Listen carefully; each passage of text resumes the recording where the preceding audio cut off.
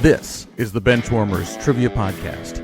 We have assembled the world's finest sports and trivia dorks to prove once and for all that we are just as bad at this as we were at sports. Hello, everyone, and welcome to the Benchwarmers Trivia Podcast, sports trivia for those of us who rode the pine. You're listening to episode number 286, and for Mason, that's Kawhi Leonard's uniform times Edgar Martinez times Dan Marino. I'm just going to keep doing this, Mason. All right, I'm your host, David, and today's game will feature the Benchwarmer team of Mason and Scott versus the team of Eric Ede and Matt Dougherty. All right, who wants to go first? Since we've got no guests. Mason, how you doing? What's up? I'm doing okay. Yeah, just in the last, as we're recording, last home stretch of classes for the semester, so last little push toward midterms, and my wife and I are celebrating our 5-year anniversary of being a thing, like Jason's dating anniversary. So we'll get to celebrate that this weekend. Yeah, otherwise everything's going well. That's awesome. Congratulations. All right, Scott, I'm assuming you have the team name, and you can tell us how you're doing. I'm good. Just finishing up the last few weeks of the semester. You know, working in elementary school is fun because I get roped into all these extracurricular things, like the Christmas concert for the third graders is tomorrow night. So I'm going to that. So it's like all of my extracurricular time is now spent at the same place I work, which is like no one wants to stay at work extra, but I don't know. I just keep getting roped into these things. They're having family nights and all these different things, and like they're fun, and I like the kids, so I go to them. My soon-to-be wife and I are celebrating 5 years of being a thing today as you're listening to this recording. So congratulations to us on 5 years. Nice. I'm probably like, we do a trip every year for our anniversary. So I'm probably on a trip right now as you listen to this.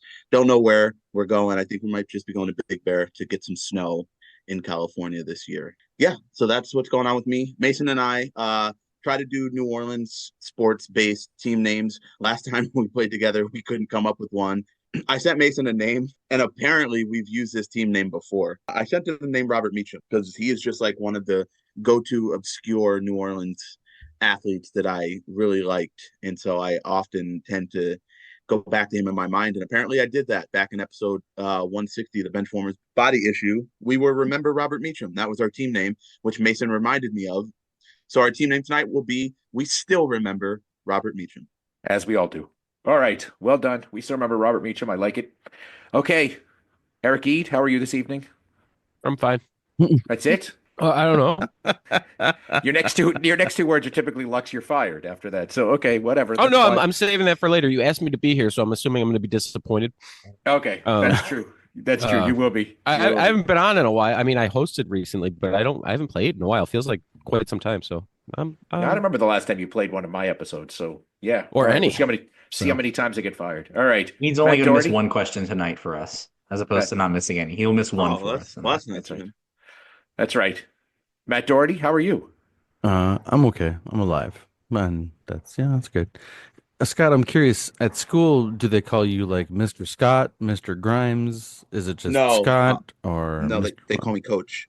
Coach. Oh, nice. Coach or Coach Scott. Yep. When they call me Mr., that feels weird. So I'm like, no, don't call me Mr. I always thought it'd be like old cool enough for to be like a Mr. Scott kind of a deal. I'm Mr. Third graders. Name. This okay if third graders. They don't feel old if a third grader calls you Mr. Scott. Mr. just sounds weird to me in general. I don't know. I don't like to be a Mr. Mason, what do they call you? They call me Mr. Mr. And usually, or however they butcher my last name, the 12,000 different ways they decide to pronounce it. They should call you Mr. G. Some of them do. Yeah, we're just a couple Mr. G's here. New team name. There you go. Just a couple of Mr. G's. Are we changing already before we even start? Yep. All right. Okay. And Eric can tell you that our team name, he's the one who came up with it. So. Oh, okay. Eric, what's your team name? Oh, you're shocked by this? So 2020, by the time this is out, 2024 is over. Thank God. So I don't have to be pro women anymore. That year, longest year of my life is over. Hold on a second. Hold on. Both Scott and Mason put their heads right into their hands at the same time. Yeah, he has to go back to being anti-woman. Oh, Yes, Cheryl right Swoops back. for everything again. All right, Yeah. just right back to Cheryl Scoops. when I was comfortable being on the podcast, just not thinking every question was a male answer, so that was way easier. So now 2025 is here, thank God. So what we're going to do in 2025 is let's bring back the herp. So 2025, let's bring back the herp. All right. We still remember, I don't even know how to acknowledge any of this. We still remember Robert Meacham, or if you prefer, just a couple of Mr. G's against 2020. No, let's see. 2025, let's bring back the herp. I think that's quite enough chatter. So Yeah. fun story. Mr. G from my high school gave some of the kids, he was led the ski club. Don't tell you that he gave people herp. Please don't. No, he gave them booger sugar. And also and also the tips, so whatever, so he doesn't teach there anymore. I guess not. So that Mr. G is gone. Were you in the ski club? I was not. He was in the booger sugar club though. Yeah. I was supplying that fresh powder in Buffalo. I think there's no better opportunity to call on Dan to bring some decorum and give us the rules. So let's do that. Dan. The game will consist of 4 quarters of play, each with different trivia style. The styles of quarters 1 through 3 will change from show to show, and I will explain them as we go along. Like any good sporting event, we will have a halftime show after the second quarter with entertainment questions. And in the fourth quarter, our teams will wager from their points accumulated to see who are today's clipboard captains, to be honored like the true benchwarmers they are. All right, let's get this game underway. All right, today's first quarter is going to be pre and post game.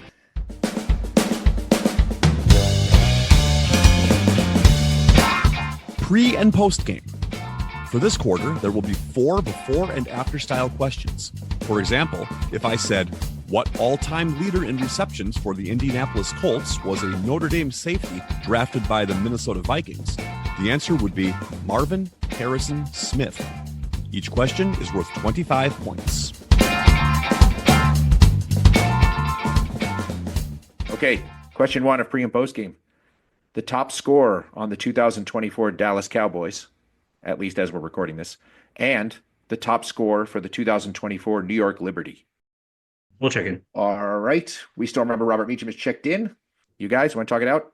I don't know. I don't even know who the Cowboys top scorer would be. Can we go back to front on this? Is it like Brianna Stewart? I did watch a little bit of, the Liberty and Lynx championship series because I was, kind of cheering for the Lynx. Who do you think it was? Brianna Stewart. She was on the Liberty. I would assume she's. Oh, might be. Yeah. Oh, I'm overthinking. There's I'm trying to. Sabrina girl. Sabrina. No, I'm trying to loop CeeDee Lamb into this, and I'm like, but he wouldn't be the top scorer. It'd be Brandon Aubrey. So it'd be Brandon Aubrey, Anna Stewart. There you go. Yeah. So we'll check that in. All right. And Robert Meacham? Yeah. Scott said Brandon Aubrey right away. I agree with him on that. And yeah, because I don't even know who scored the most touchdowns with the Cowboys, but wouldn't be anywhere near as much points as the kicker's getting. So, and then Liberty. It's Brianna Stewart. So yeah, Brandon Aubrey, Brianna Stewart. Both teams receiving points. Yeah, it's almost always the kicker, and seemingly we always among the benchwarmers we always forget that the top scorers are almost always the kickers because they're just the most consistent scorers. So anyway, question number 2. Based in Queens, New York, he's said to be the first mascot in MLB history. And before he changed his name legally to this, he played college basketball in Queens, New York, was drafted in the first round of the 1999 draft, and was ejected and suspended for the Malice in the Palace. We're checked in. Super fast check-in by Robert Meacham. Once again, let's bring the herp. Let's talk it out. Mr. Meta World Peace. World Peace. Yep. All right. And what you guys have, Robert Meacham? Yeah, you didn't need the part about the suspension. I mean, I think the rest of it was more than enough. But we also checked in with Mr. Meta World Peace. That is correct. I would have also accepted. Apparently, he's legally changed his name now to Mr. Meta Sanderford Artest. I don't know if anybody knew that. Mr. Met was the first mascot. He started in 1964, which was 2 years after the Mets were founded. But both of them started in, or at least made their names in Queens. So there you go. All right, on to question 3. He has the 6th most career triple doubles for an active player, but 10th most all time. His Hall of Fame dad didn't have any. And the term used for a young baseball player signed in the 1940s and 1950s, but is stipulated teams were required to keep these players on the major league roster. This was typically for players coming out of high school, not out of the crib. We can check in. All right. 2025, let's bring back the Herp. Has checked in. Robert Meacham, talk it out, please. All right. So we both think this is DeMontis Sabonis. Yeah, I would think so. Yeah, he gets a lot of triple doubles in the Hall of Fame dad. That narrows it down. So 10th most all time, I guess, seems right. Yeah. it happens so frequently now that all the top 10 is half of them are active. So I think that's probably it. Wait, I think I might have just came across something because we're trying to figure out what the connection is. I think the connection might be bonus. Oh, that makes sense. Okay. So the bonus baby. I was thinking bonus baby because of the crib clue, but I've not heard of that term. I guess it doesn't have to be baby, but yeah, the crib clue does. Right. I mean, the bonus infant doesn't sound, or bonus toddler. That doesn't, bonus newborn. There's no alliteration there. It doesn't sound as fun. So I've never heard that. Me either. Signed in the 40s and 50s, required to keep. Yeah, I feel like I should have heard of this term, but I don't have anything better than that. At least it sounds like something that could have happened. Yeah, let's do it. I don't think we're going to come up with anything that makes more sense than that. So we're going to go with DeMontis Sabonis, baby. And bring back the Herp. Eric got to DeMontis Sabonis, and as soon as he wrote that out, I said bonus baby. So, yeah. Both teams are receiving points. Yeah, so the term comes from, back in the day, it wasn't that expensive to sign players. So they would find these hot players in high school, and the wealthy teams started buying them all up, giving them signing bonuses, and then stashing them in the minors. And to prevent, because this was before the draft, so they could sign as many players as they wanted and just shove them all in the minors. So they had to change the rules before they had the draft that you couldn't stash them all in the minors. And the way they stopped you from doing that was basically saying if you signed somebody straight out of high school, they had to be on your major league roster. So the term given to those folks was the bonus baby. So yes, the correct answer is DeMontis Sabonis baby. Very good. Bonus baby. That's what I used to call my side chicks in college. Great. All right. Question number 4. The 2023 Heisman Trophy winner and 2024 Rookie of the Year frontrunner, who was drafted by the same team that was owned by this person up until July 2023. We're checked in. All right. Let's bring back the Herp has checked in. So Robert Meacham, talk it out, please. Oh, yeah, the first part's Jane Daniels. Sure. That means it has to be Daniels Snyder. The way it connects is not just the whole first name, it's part of the last name too. No, I like it. Yeah, it's a little bit different. But yeah, he's definitely the front runner, although after last night, Bo Nix was kind of close, probably not as much. I think it was closer last week, and now after Daniels had that really good week, even though Nix was throwing passes, he looked like me out on the field playing with the fourth graders when I'm just zipping passes that get dropped on the recess field. But yeah, we're gonna check in with Jaden Daniels Snyder. All right, and let's bring back the Herp. Yeah, I don't really have anything fun to say other than that Dak Prescott sucks. Not really relevant, but we're not. No, it is because it's an NFC East team, and it just bothers me that we're terrible again. Cool, and then they can't even beat then you play the Giants, and then you look normal again. But it's the Giants, so everybody looks good against the Giants. Anyway, it's Jaden Daniels Snyder. That is correct. I like the way Eric worked in his. He didn't even wait until out of the first quarter to work in his mandatory Dak Prescott rant. So well done to both teams who got points all the way around. And at the end of the first quarter, we still remember Robert Meacham with 100 points. And let's bring back the Herp also with 100 points. We wanted to let you know that we are on Patreon if you'd be interested in supporting us financially. Your contributions will be used to help us cover the costs that it takes to bring you the high-quality sports trivia you have come to expect from us. There's also some great perks that come with the Patreon membership to the Benchwarmers Trivia Podcast, including bonus episodes and Benchwarmers swag. You can find us at patreon.com/benchwarmerstp. Thanks. That will bring us to the second quarter, which today will be 5-on-3.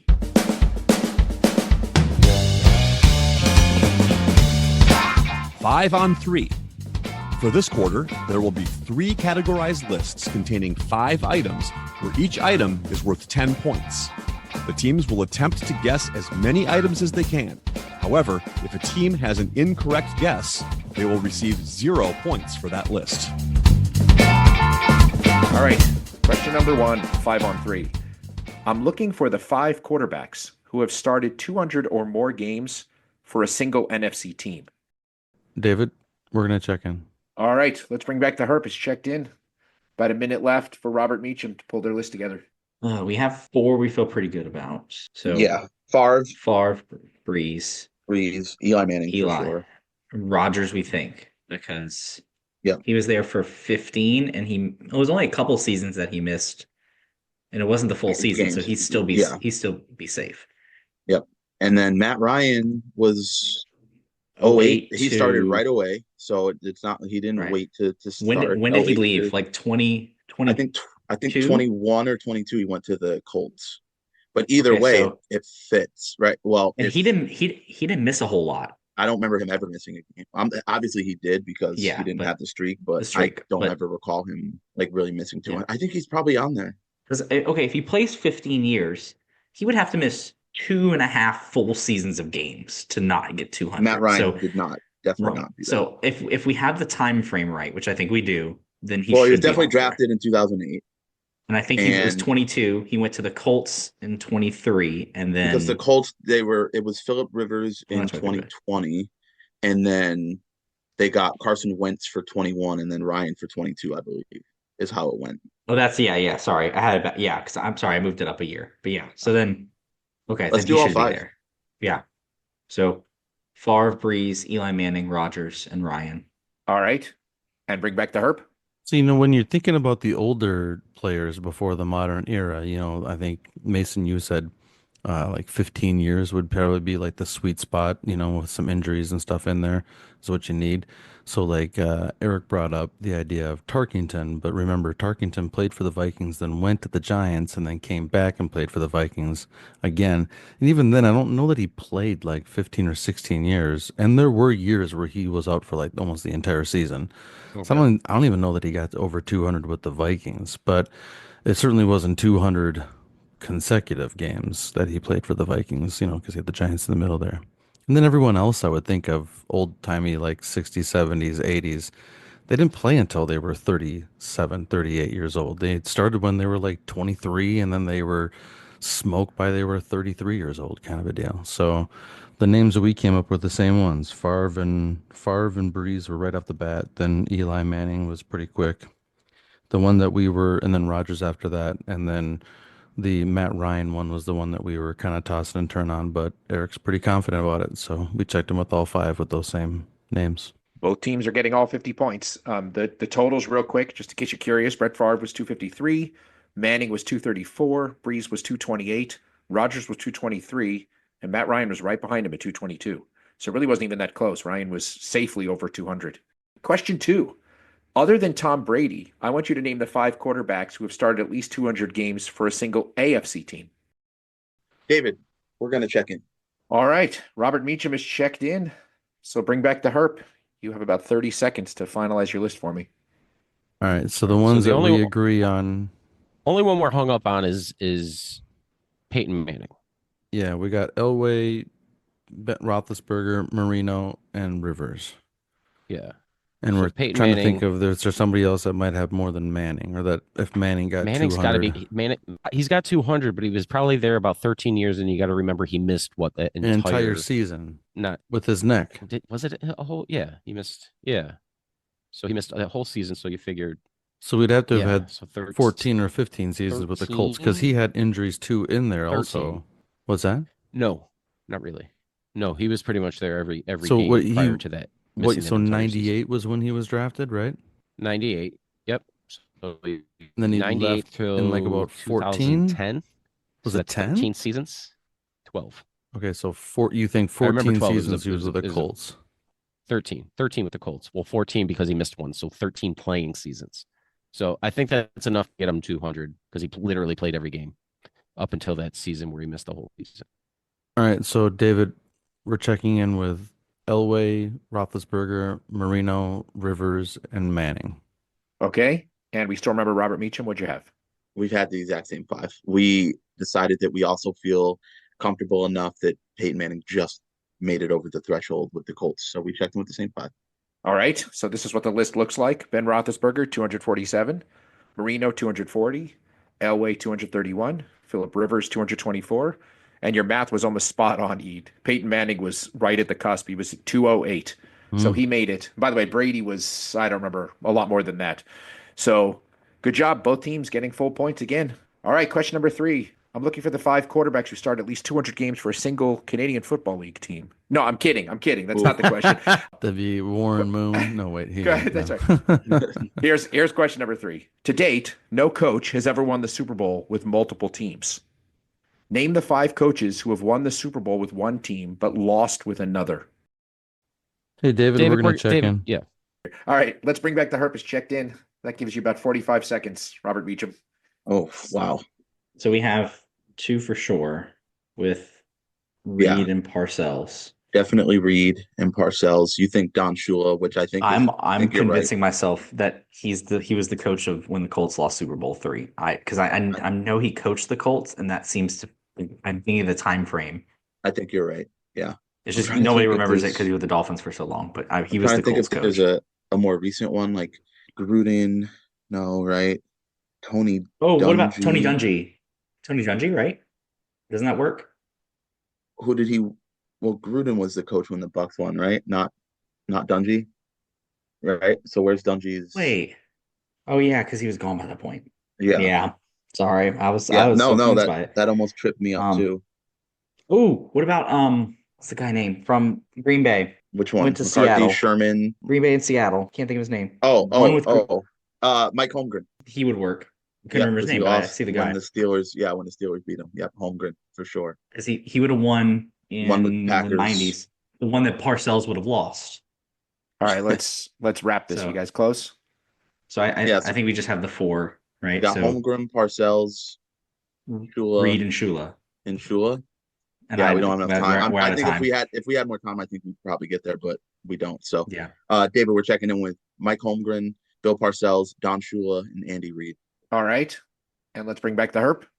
So I said Parcells, Holmgren, Andy Reid pretty quick. The one that I had to convince Ede was the Shula one, which David already knew. Because of Super Bowl 3, Parcells with the Patriots and with the Giants, Holmgren with the Packers and the Seahawks, Reid with the Eagles, and then Kansas City. And then the one you guys are missing was I think he lost the 1980 Super Bowl with the Eagles, and then he came back with the Rams and won a couple Super Bowls as Dick Vermeil. Both teams are receiving points, and Matt, your recap was perfect, so I don't even have to give any flavor text. But yeah, when you said you had to convince Ede, I knew it was about Shula. Shula, people had forgotten, because obviously it was a long time ago at this point, even before I was born, that Shula, I know that's hard to believe, but Shula lost Super Bowl 3 when Namath made the guarantee, and it was kind of a stunning upset, but of course he came back and won with the Dolphins. Was that 1969? Dick Vermeil came in my head, but I was like, those Chiefs teams didn't make a Super Bowl. So I kind of dismissed him quickly. I didn't think about his career before I started following football. All right. Well, we still have a very close game. After the second quarter, we have a score, 2025. Let's bring back the Herp with 250 points. And just behind with 240, we still remember Robert Meacham. That brings us to halftime.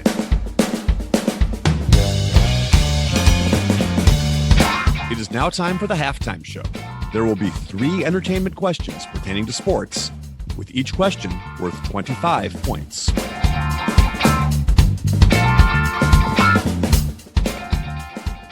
All right. This halftime is going to be pre- and post-game style. Half of each answer is going to be a sports person. The other half is going to be a famous television catchphrase. For the catchphrase, I'm going to tell you the television character, and that's it. So, for example, if I said Mr. Hockey and Joey Tribbiani, you would say, Gordy, how you doing? I love it. Got it? All right. Question number 1. Different strokes, Arnold Drummond, and running back drafted in 2003 out of Miami, who would go on to play for 4 teams. We can check in. All right. Wait, I didn't get who checked in first, but I think let's bring back the Herp. We'll give you the check-in. Yeah. And we still remember Robert Beecham. We'll let you talk it out for a second here. Yeah, we didn't check in. I was like, no, but I was like, what quote goes with Frank Gore? That's what I was thinking too.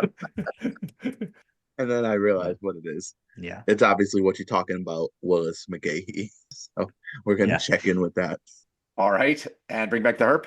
Matt, what'd you have? Yep, it was what you talking about, Willis McGahee? Exactly. Well done. Well done. Now you got the hang of it. All right, question number 2. Stan and Kyle, and in his career, played in 11 postseasons without a World Series win, including with the Indians, Giants, Braves, and Yankees. David, we will check in. All right. We still remember Robert Meacham has checked in. So let's bring back the herp. Talk it out. All right, so Stan and Kyle, don't they always do they killed Kennedy? They killed Kenny, them bastards, or those bastards? No, you don't That's worry not their about the catchphrase? Don't worry about no. The bastards isn't really. It's oh my god, you killed Kenny. They killed Kenny. Okay. or you though. So it it's gotta be could Kenny you, Lofton, They then. it could be whatever. Yeah. So it's oh my god, All right. you killed Kenny, or they killed Kenny Lofton. All right. And Robert Meacham. I hate this, David, because if anything happens to Kenny Lofton because of this question, that is 1000% on you. And that would be devastating. Yeah, I kind of struggle with the same dilemma as far as which word to use. I think there's been multiple iterations of it. I think there's a you killed Kenny, a they killed Kenny, and I remember a popular who killed Kenny. So any one of those, who killed Kenny Lofton, the answer, hopefully not David Lux. Yes, I'll take any derivation, but OMG, they killed Kenny Lofton. Yes, that is correct. Well done. Okay, question number 3, maybe the hardest of the bunch. Former Cal golfer who won both the 2021 British Open and the 2020 PGA Championship in his first appearance in the tournament, and Michelangelo of the Teenage Mutant Ninja Turtles. That's great. I like that, love David. It. I love like that a lot. We're checked in. All right, we still remember Robert Meacham has checked in, so let's bring back the herp. Your turn to talk it out. Former Cal golf. It's Cowabunga, so is it Colin Mori Cowabunga dudes? I don't know who this person is. Who is it? I don't know if he went to Michelangelo, he's Cal. the one of the Ninja Turtles. He's a Renaissance painter. And a famous painter, yes. Who's the golfer, can't think. Eric, you're talking about? What's his name? Colin Morikawa. I don't know if he went to Cal. I'm pretty sure he won the British Open. I'm not big on him, so but it works just based on the sheer fact that it works with Cowabunga dude. We're gonna go with Colin Morikawa Bunga dude. All right, and Robert Meacham. Yeah, Scott sent over Cowabunga, dude. I agree with that. And I was thinking start with cow because I hadn't, so I thought it might be the relevant part. And I was like, I can't think of any golf for that. And this when I said Cowa, that's when it clicked for me. So yeah, we also checked in with Colin Moore, Cowabunga, dude. Both teams are receiving points. Well done. And you've swept my halftime, but there'll be more of these, so get ready. Nice. I like it, David. All right. Thank you. Okay, so at the end of halftime, we still have a very close match. We still remember Robert Meacham with 315 points, and just 10 points ahead, we have let's bring back the herp with 325 points. Today's third quarter is going to be the missing link. The Missing Link. This quarter will consist of 5 questions with theme-linked answers. The teams will attempt to answer the questions and guess the theme. Each question is worth 20 points. If a team checks in first via chat to the host with the correct theme before the 5th question, they will earn 100 points. The other team can still earn 50 points with the correct theme guess. If neither team has checked in with the correct theme before the 5th question, each team can earn 50 points with the correct answer to the theme after the 5th question. Question number 1 of our missing link. This annual competition began in 1900 as a contest between the U.S. and Great Britain.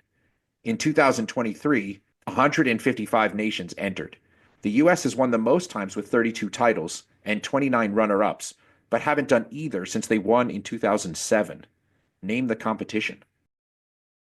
David, we're gonna check in. All right, let's bring back the herp. It's checked in, so we still remember Robert Meacham. Give you a minute to talk it out. Okay, so team competition. Yep. U.S. and Great Britain, it's expanded. And it's not Squid Game because that wasn't around in 1900. Yeah. I'm trying to think of team competitions that of Yeah, I know. sports because I feel like it's not something obvious There like you the go, Ryder Matt. Cup. Or I was going to say Ryder Cup. Yeah, obviously. I was thinking But America's Cup, but it's not that. It's something that the U.S. hasn't won So yeah, since something the U.S. is not good in. 2007. So And I'm trying to put myself back in 2007 to think like, hey, what were we bragging about? But I I have no idea. Like I don't even know what area to go into. Yeah, I don't. It's not the Nathan's hot dog eating contest. Although that would be fun with 155 different nations going against each other, all I would different be very cuisines much of hot dogs. kielbasa. I guess Yeah, that yeah, would be- yeah. Like a jerk chicken for hot dog for Jamaica. That sounds fun. I think once he I have says no it, it's idea probably gonna what be obvious. But I continent don't I'm even in. know what sport this is. So, That's what I mean. I don't know how to get there. but it has to be a sport that most of the world plays because I was gonna say, 155 is the right. majority of the country. So golf, but I can't think of anything for golf. So I don't. I feel like soccer makes sense only because, it's such a worldwide sport. But But annual is the thing. right. Yeah. I don't have anything for it. So I think we're just gonna have to. We can just guess something random and hope for the best. Okay. I don't. Yeah. Pick a word and then we'll put cup after it and hope that it's a thing. Instead of the World Cup, we'll do the global. Oh, I like that. We for the global cup. In what sport? Who knows? We just don't know. David, Unless we're it's like checking darts or something. Checking in with the Just want to Global see some- Cup. we're checking in with Yeah. Global Cup. All right, perfect. And let's bring back the herp. What'd you guys come up with? We originally thought some type of boat racing, but then I think 155 countries is a little much for a boat. Where's that taking place? Yeah. So Probably on water. yeah, sometimes. Yeah. And based on what we think the theme linked answer is, this really put us towards our answer. There's no way that you have it. There's no way. I'll quit if you have it after one. No, I mean we're very close, so we're waiting for the second answer. Once we get that, David, we're checking in with our theme link guest. But I went to tennis because I know there's the team event in tennis, and we're gonna go with the Davis Cup.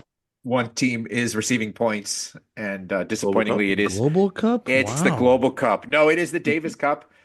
Yeah, the last time, I mean, the hints were supposed to be there that U.S. has been really dominant in the past. I mean, through like the Ash and McEnroe and Connors, and then Agassi and Sampras, and then 2007 was the last time we were decent. That was with Roddick and Blake and the Bryan twins. If you follow tennis at all, but That makes we've not sense. not really been Blake. close. And right, Blake, exactly. He's like, So there you go. So Davis Cup is correct. Question number 2. This game started in 1937, but in 2010 moved out of its namesake stadium.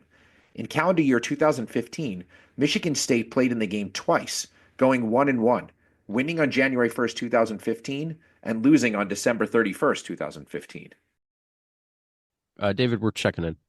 All right, let's bring back the herp. It's checked in. Once again, Robert Meacham, yours to talk about. Named after the stadium. yeah, I mean, there's a few of those, but Yeah. And then I'm thinking Michigan State. One of those years they were really good, right? It's like the Connor Cook year. I think that was like 2014, maybe was when they were like yeah, really good and maybe they could made have the made it. playoff. But I don't know if they back-to-back years if Michigan State would have made it to the Rose Bowl. Yeah, and I mean, it didn't move. It didn't move. So Not that I That's- am aware of.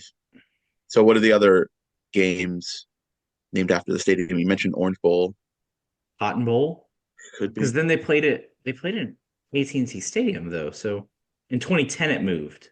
So did a they stadium were- open? Why did it move, right? Is also like Well, the Cotton Bowl's played in AT&T Stadium, and it's been for a while. There For was like a Cotton Bowl. I don't going on know 15 if- years. Yeah, because I remember LSU played in the 2011 or 2012, and it was in Jerry's World. So Okay. that That leads me to seems believe more that. likely of a game for Michigan State also. Yeah, because it's not one of the big. Well, it is not It's as big, but it is. Yeah. I think I like that over Rose Bowl and Orange Bowl. because the Cotton Bowl was a place. It was played there. I don't know when it stopped. 2010 seems reasonable. And it also goes with our theme of pillows, right? All Types of right, pillows. let's get an answer here. So Cotton Bowl. Yeah, sure. Okay, we'll go with that. All right, and let's bring back the herp. Yeah, so the Cotton Bowl, the actual stadium, I think is inside like the Texas State Fairgrounds, if I recall correctly. But yeah, and it was shut down. And Jerry's World opened up 2009-ish, I think, or something like that. Because I know that the Packers played in that 2010 season, so January of 2011 in the Super Bowl in Jerry's World. So yeah, so we also put down Cotton Bowl. And both teams are receiving points. Yeah, the January 2015 Cotton Bowl was a regular Big Six Bowl. Michigan State beat Baylor 42-41 or something like that. It was a crazy game. Later that year, they qualified for the BCS playoff, and the semifinal was in the Cotton Bowl, and they lost. That's when they got housed by like Derrick Henry and Calvin Ridley, and I think it was something to 0. They got beat pretty badly. So yes, our themed linked answers thus far are Davis Cup and the Cotton Bowl. Question number 3. In 1992, this pitcher recorded 214 strikeouts in 196 innings in the National League. He was then traded mid-season where he struck out 47 more and won the World Series. That year, he won the Major League strikeout title, but he didn't win the strikeout title in either league. David will check in. All right. Let's bring back the Herp. Has checked in. So Robert Meacham, we'll give you a couple minutes to talk this one out. That was too quick. Yeah, they probably know the theme. They probably, yeah, that's what I'm guessing. Well, what's another type of pillow? I told you we knew it. I'm not going to know this because this is just before my time when it comes to following baseball. And this guy was traded to the Blue Jays if they won the World Series if he won the World Series in 92. And I have no idea who was on those staffs because I just think of those teams as the offense. That's what everyone remembers. I can name one, but he wasn't traded. So it's not him. There's no point in me bringing up. Dave Steve would have been on the roster. But right. He didn't get traded. Yeah, he was there. Definitely there. And maybe a young Pat Hentgen, but again, he wouldn't have been traded. Yeah. And I mean, the only other guy I can think of for sure is not a starting pitcher is Tom Henke. Right. Jimmy Key definitely played for them at some point. I just don't know. Around that time. Sorry. Not just at some point in franchise history. Yeah, he played. He just played one game. Yeah. Like Ricky Romero he pitched for the Blue Jays at some point. But I just don't know if he was traded there. Would you want to just go with Jimmy Key? I have no idea. Check in with Jimmy Key. All right. And who had it from Let's Bring Back the Herp? Based on what we thought from the very beginning. Sure. From the very first question that David asked, we knew the theme. Before he asked it, did you know it? But we wanted to be sure. Because I am so good at missing links. My record shows it. I'm not even confident in any of it. I just know the answer is David Cone. All right, so one team is receiving points. Yes, it is David Cone. He was a pretty famous trade deadline deal. The hint was supposed to be if you happen to remember who was on the Blue Jays staff when they won in that first year in 1992. For you, Mason, you might appreciate as a Braves fan, actually, David Cone racked up a ton of strikeouts, but then he didn't get to win the National League strikeout title because on the last start of the season, John Smoltz passed him. So because he spent the last, whatever it was, 2 months in the American League, he won the Major League strikeout title, but not the National League. So our themed linked answers thus far are Davis Cup, the Cotton Bowl, and David Cone. Question number 4. Major League Baseball mandated it in 1970, but some players grandfathered in didn't use one until 1979. The NHL mandated it in 1979, but it took until 1997 until everyone used one. What is it? We can check in. Bring Back the Herp has checked in almost immediately. Robert Meacham, this is for you. David, we're going to check in with helmet. All right. And let's bring back the Herp. What'd you have? We checked in with helmet. Both teams are receiving points for the question, and it was helmet. And our theme linked answers thus far are the Davis Cup, the Cotton Bowl, David Cone, and helmet. Question number 5. I don't know who this person actually is, but Ede would erroneously tell you that she was the first player to ever sign with WNBA, going on to win the first 4 WNBA championships. Wait, what do you want? Yeah, what is it you're looking for here? I got it, Scott. I know it. I know it. Are you saying we'll the incorrect name that Ede always says, or we see yes, the name? Exactly. Yes, that's Matt. exactly what I'm looking for. All right. Wait, and actually, Robert Meacham is checked in. So let's bring back the Herp. Why don't you talk this out? It's been such a long. It's unfortunate this happens in 2025 because 2024 is over and I don't have to. Anyway, I'm pretty sure this is Cheryl Swoop's older but more beautiful sister, Cheryl Scoops. Pretty sure they wouldn't have different last names, but all right. She got married. That's She got married to Mr. Scoops. Yes. That's right. Her name is hyphenated. Swoops Scoops now. Okay. So Robert Meacham, what'd you have? Yeah, this is the product, a limited time product made by the Fritos, the Frito company. Cheryl Scoops. Cheryl Scoops. That is correct. Cheryl Scoops, or Cheryl Swoops was the reference, obviously. Yes, our theme-linked answers in total: Davis Cup, Cotton Bowl, David Cone, helmet, and Cheryl Scoops. One team actually got this in, well, they say at the first question, but it was really at the third. So now I want to hear when they really knew what was going on. So Eric Ede, please enlighten us. So after the first question I sent to Matt, well, he was telling me measuring devices, and I've never heard of a bowl, but I believe it could be a thing, I guess, as a measuring device. A bowl is but actually like 8 ounces, which is twice as big as a cup. So, well, there you go. But after the first question, when you had Davis Cup, I'm like, this is clearly League of Their Own characters. So I was waiting for you to. I said the Actors, same yeah. thing to Mason. I was waiting. League of Their Own actors or Actors, Yeah, yeah. yeah. No, I'm sorry, actresses. Yeah. But I couldn't think of how you were going to put in, and I don't know who played Marla Hooch. But I was really looking forward to figuring that out. I was like, how is he going to fit Madonna in here? So, but no, after the second one, I was going with soups, and then after it was David Cone, I'm like, you don't eat soup from a cone. So we checked with I guess ice cream containers or whatever. Ice cream references. It could be ice cream receptacles, but then I had to work in scoops. So, yep. Well done. Good job. I only get from Scott, so stupid. So is what he writes. He hasn't said that to me since I used popular sushi rolls. He told me that one was stupid too. So I like that one better. No, I think I said I didn't like that one as a non-sushi eater. I see. Very, very good theme. All right.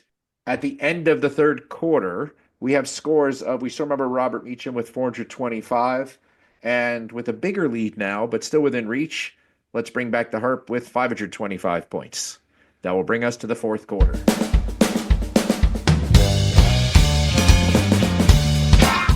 The fourth quarter, known as Put Your Fours Up. This quarter consists of 4 categorized questions that teams will wager up to 100 points each, not to exceed their current point total. Our categories for the fourth quarter. Question 1 will be Neapolitan, which is about NFL coaches. Question 2, Rocky Road, which will be about professional wrestling. Question 3, Cake Batter, which will be about Major League Baseball. Question 4, Meltdown, which will be about college football. It's now time for the teams to place their wagers. We'd like to take a minute to invite you to follow us on Facebook, Instagram, and Twitter at BenchwarmersTP. We also have a Facebook group for fans of the pod called The Bench. Join us there to comment on the latest episodes and share cool sports facts and trivia.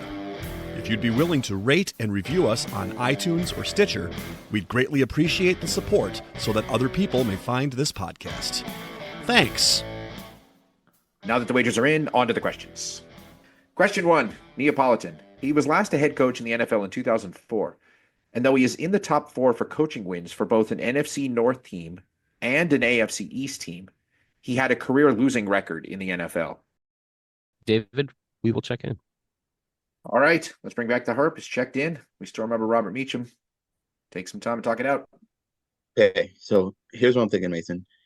I would assume 2004 he coached one of these 8 teams, and that was right, and that was his last coaching job. So we can eliminate the Patriots, we can eliminate the Packers, we can eliminate the Vikings, right? Because I think that was Mike Tyson. I think he stayed longer than that. Who was the Dolphins head coach? In 04, that's right around Saban, right? That's before, because that's right before Saban won Saban, in 03. Right? He won in 03. He stayed for a couple more years and left in 06. Saban's like 06, right? So who would have been before? I'm good at post Saban. I'm not too familiar pre Saban. And Buffalo, actually, yes. Also, who maybe would have fired a coach? I mean, I assume he could have retired, but who was really bad in 04 that maybe fired their coach? Obviously, the Lions were always bad. I'm trying to think of the guy. The Dolphins were bad though, right? Because that's why Saban would have came in. Well, that and like they drafted really high in 05, right? That's Ronnie Brown. Okay, so who was right before Saban? So they drafted like second overall. Okay, maybe it is the Dolphins. So yeah, and then he coached somewhere else though. Right, he either coached with one the of these Bears or Lions. Well, he could have coached any NFC North team. Who knows when? He could have coached a team in the 80s. Yeah. Like NFL coaches sometimes that's a long Yeah, but span. Matt would have been all over it if it was the Packers, I would think.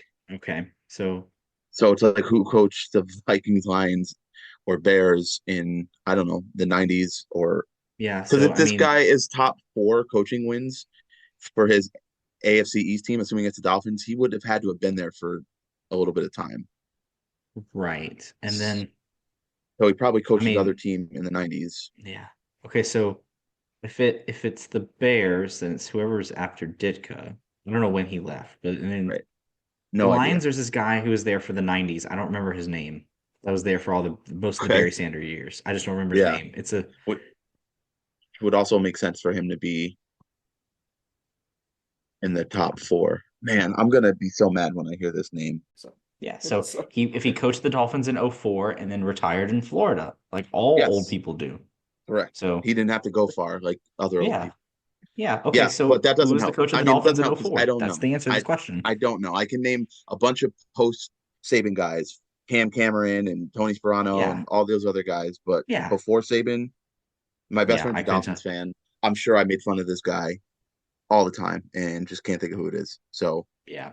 we're gonna check in and lose 100 points on Rod Marinelli. Let's bring back the Herp. So he made his money with an NFC East team that is or was prior to Dak Prescott, near and dear to my heart.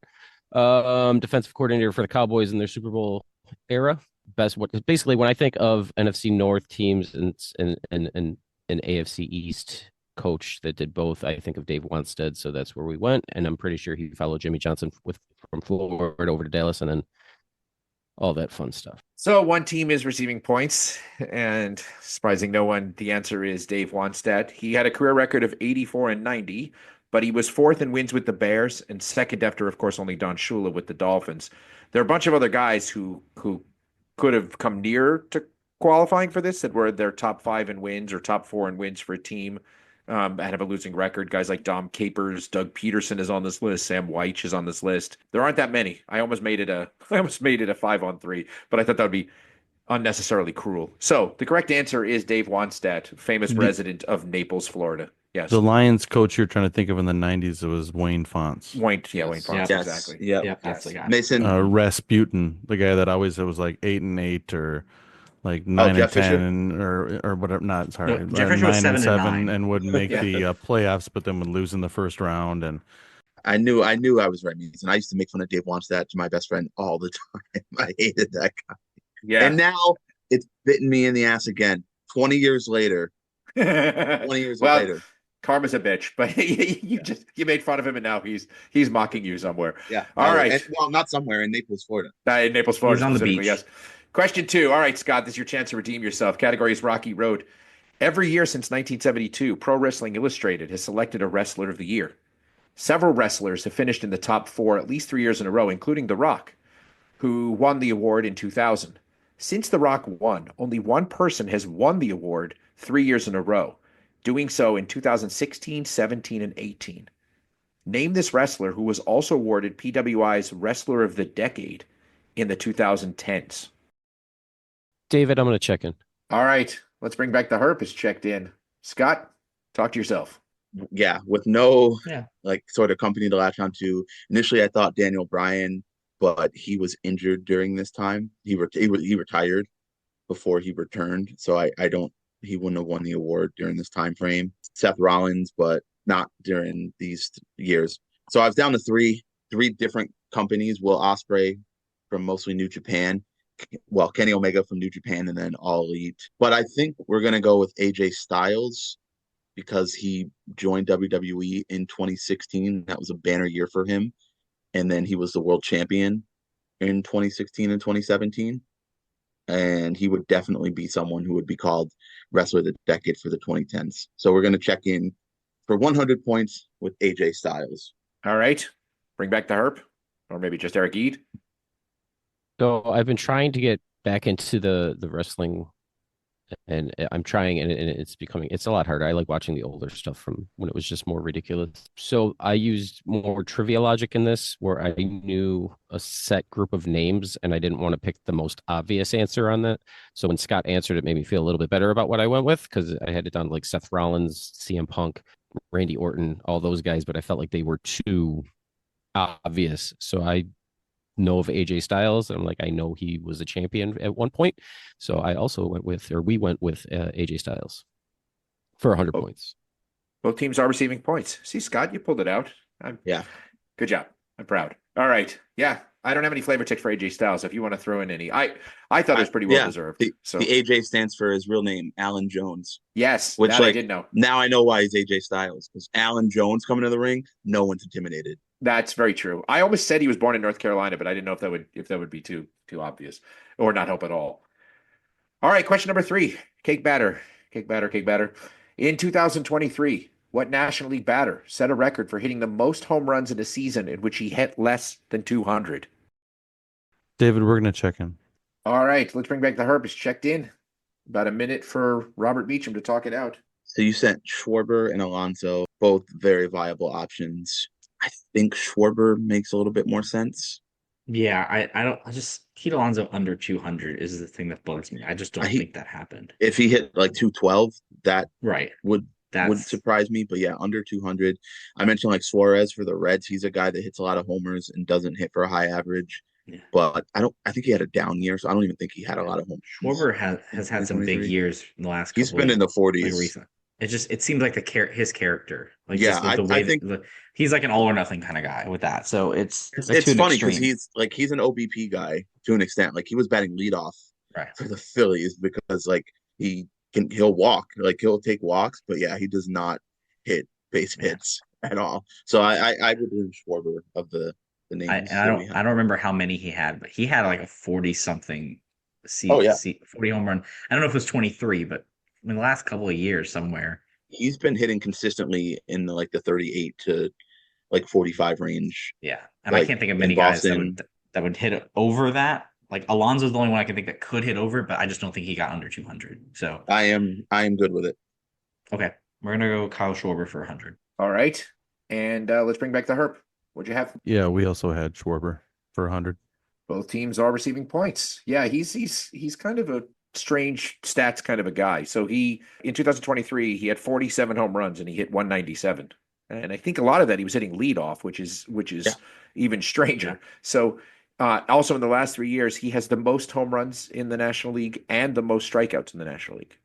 Which is pretty impressive. I mean, those two often go hand in hand, but I don't know if a lot of people would realize that he has the most home runs, maybe until Ohtani takes him over or something.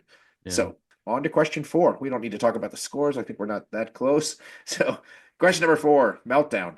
Ending the streak in November, what college football team became the first Power 5 or BCS conference team in over 20 years to go 12 straight games without topping 21 points? The streak dates back to December 2nd of last year when they won their conference championship game. We'll check in.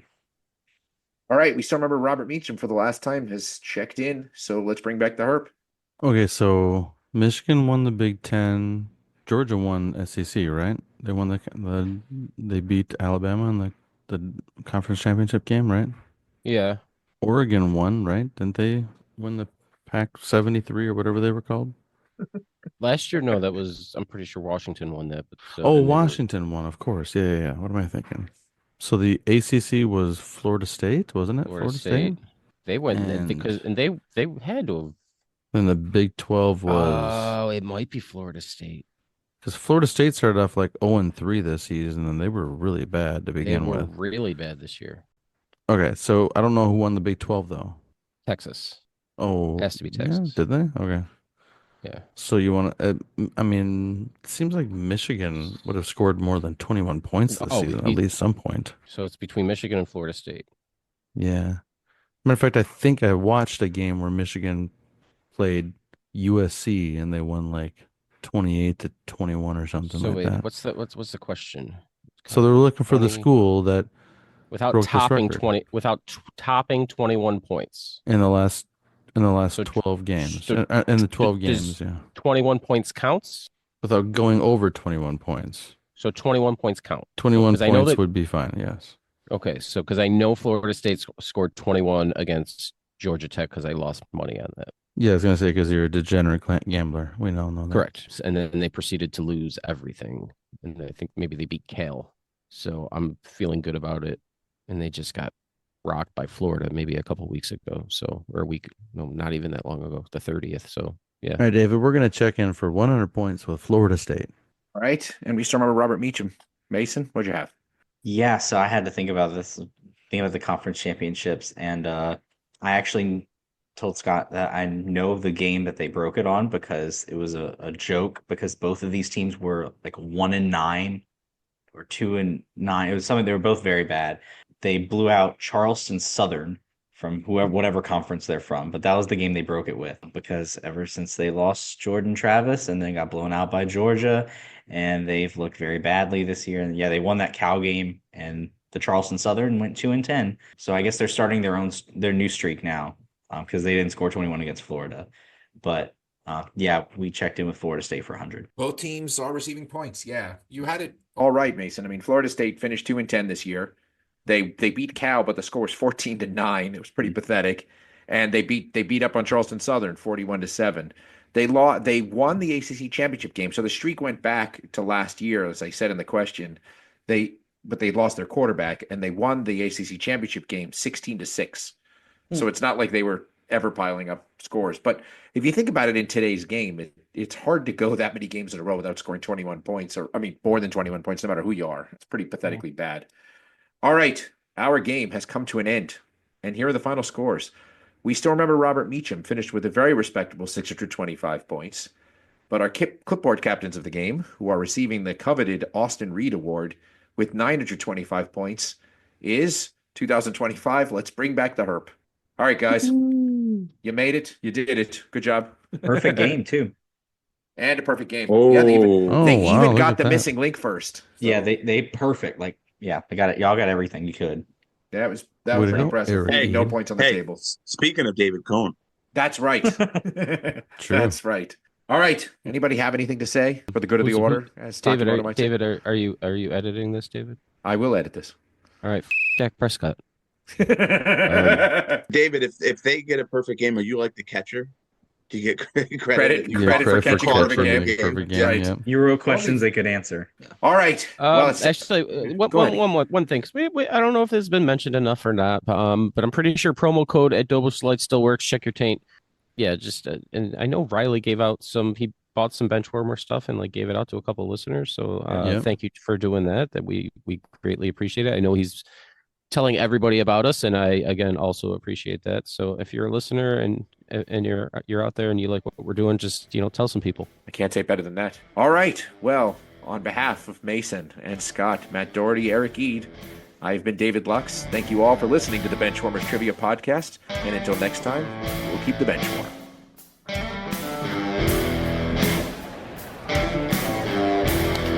That ball hit high and deep. Stretch! Get on back there. They look up. You can put it on the board. Yes! Into deep left center for Mitchell, and we'll see you tomorrow night. That great music you're listening to is by Justin Nozick. Thanks to him for producing that music for us.